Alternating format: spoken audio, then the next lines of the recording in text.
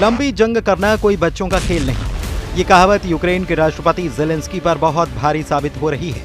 हम आपको हारते हारते यूक्रेन को कुचलने में जुटे पुतिन का वो वॉर प्लान दिखा रहे हैं जिससे यूक्रेन की जमीन को यूक्रेनी सैनिकों का कब्रिस्तान बना दिया गया है।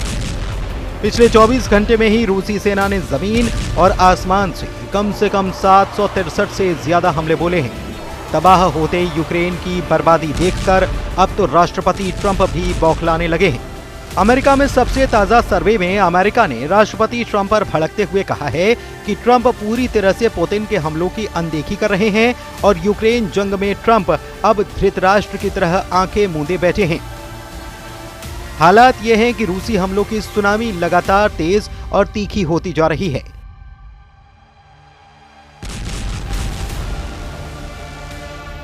सिर्फ 24 घंटे में ही यूक्रेन के खेरसॉन, खार्किव और डोनेत्स्क में रूसी हमलों में 400 से ज्यादा बड़ी इमारतें और घर भस्म हो चुके हैं। सबसे चौंकाने वाला खुलासा तो ये हुआ है कि पुतिन ने यूक्रेन के साथ साथ यूरोप पर हमले करने के लिए 1,60,000 से ज्यादा नए सैनिकों को जंग में उतार दिया है।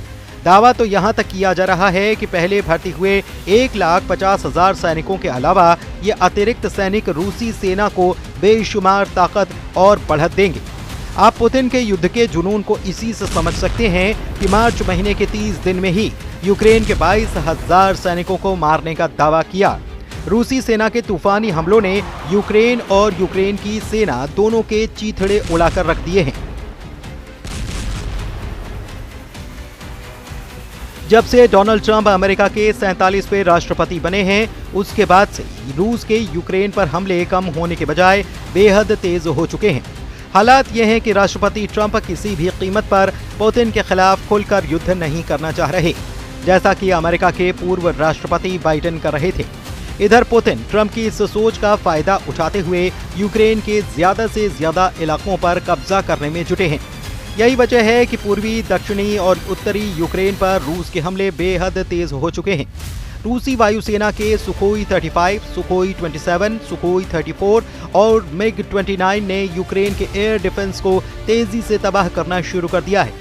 यूक्रेनी सेना के एयर डिफेंस पर ज्यादा से ज्यादा हमला करने के पीछे रूसी सेना का सिर्फ एक मकसद है, यूक्रेनी सेना को अंधा कर देना, ताकि रूसी मिसाइलों और ड्रोन हमलों से यूक्रेन को जबरदस्त हार दी जा सके।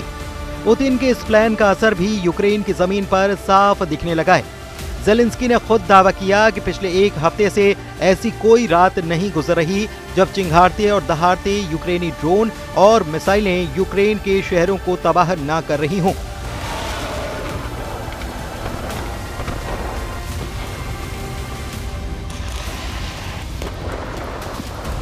यहां तक कि राजधानी कीव में तैनात अमेरिका और यूरोप के एयर डिफेंस सिस्टम को रूसी सेना बुरी तरह से तबाह कर चुकी है, जबकि जमीन पर यूक्रेन को मिले जर्मन लेपर्ड टैंक, ब्रिटेन के चैलेंज 2 और चैलेंजर 3 टैंक और अमेरिका से मिले अब्राह टैंक भी रूसी सेना के तूफानी हमलों को रोक नहीं पा रहे हैं। रूस यूक्रेन जंग को 37 महीने हो चुके हैं।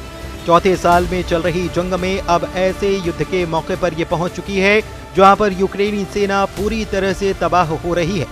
रूस की सरकारी समाचार एजेंसी ने रूसी सैन्य विशेषज्ञ आंद्रेई मारोचको के हवाले से दावा किया है कि मार्च 2025 महीने में ही रूसी सेना ने यूक्रेनी सेना को बुरी तरह से भून डाला है।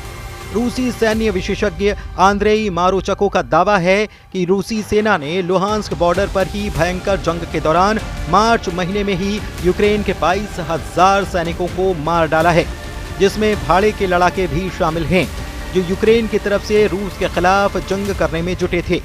रूसी आंद्रेई मारोचको का डंके की चोट पर दावा है कि यूक्रेन सेना को फरवरी की तुलना में मार्च महीने में 13 गुना ज्यादा सैनिकों का नुकसान हो चुका है। फरवरी में रूसी सेना ने सिर्फ 1800 यूक्रेनी सैनिक मारे थे, जबकि मार्च में यूक्रेन के 22,000 सैनिक मारे जा चुके हैं। यहां तक कि रूसी सेना के T-90, T-72 जैसे T सीरीज के टैंकों ने भी यूक्रेनी सेना के टैंक और बख्तरबंद लड़ाकू वाहनों को भारी नुकसान पहुंचाया है। आंद्रेई मारोचको का ये भी दावा है कि बख्तरबंद लड़ाकू वाहनों को भारी नुकसान हुआ है और लुहांस बॉर्डर पर ही यूक्रेन के 1100 टैंक और बख्तरबंद वाहनों को रूसी आर्टिलरी और टैंक ब्रिगेड ने उड़ा दिया है।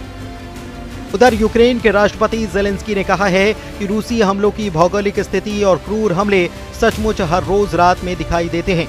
पुतिन को कूटनीति की कोई परवाह नहीं है और पिछले कई हफ्तों से बिना शर्त युद्ध विराम के लिए यूएस का प्रस्ताव रहा है और लगभग हर दिन इस प्रस्ताव के जवाब में रूसी ड्रोन, बम, तोपखाने की गोलीबारी और बैलिस्टिक हमले होते हैं। रूस पर दबाव बढ़ाया जाना चाहिए।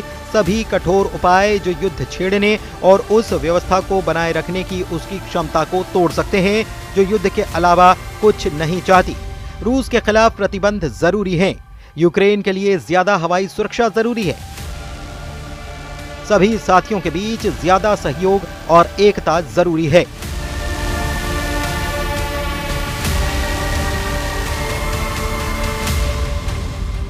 यूक्रेन के खार्किव प्रांत में ही पिछले 18 घंटे में काफी यूक्रेनी नागरिक मारे गए हैं।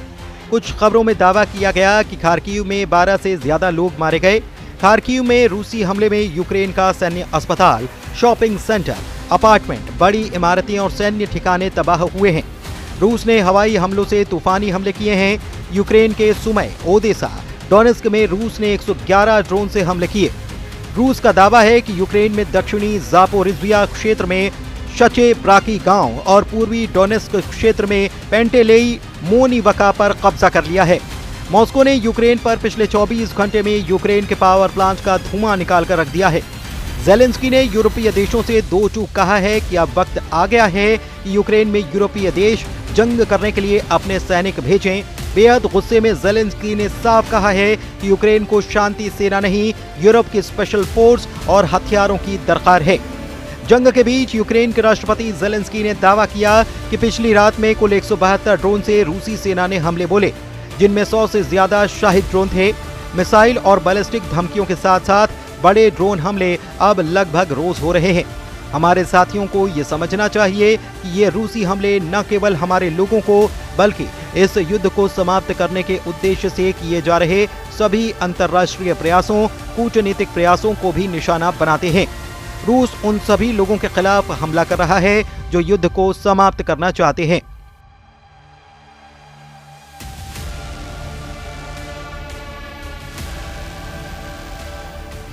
दूसरी तरफ यूक्रेन ने रूस के कुर्स्क इलाके से भागकर अब रूस के बेलगरद पर भयंकर हमले शुरू कर दिए हैं।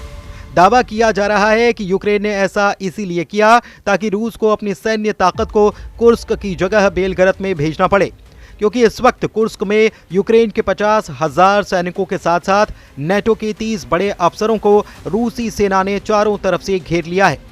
जरा पश्चिम रूस के कुर्स्क से इस इलाके की तस्वीर को देखिए, जहां पर रूसी सेना को भारी नुकसान उठाना पड़ा है। हालात ये हैं कि जो जेलेंस्की सोच रहे थे कि कुर्स्क इलाके पर कब्जा करके पुतिन को घुटनों पर ला देंगे, वो जेलेंस्की अब पुतिन के ऐसे फंदे में फंस चुके हैं जहां पर यूक्रेनी सेना के नरसंहार पर बड़ा खतरा पैदा हो गया है। अब इन हालात से साफ है कि पुतिन का मिशन सिर्फ यूक्रेन नहीं है, पुतिन अब यूरोप को भी घुटनों पर लाने की तैयारी में जुटे हैं। यानी अब जंग साल 2026 तक चलेगी, ये बिल्कुल साफ हो चुका है।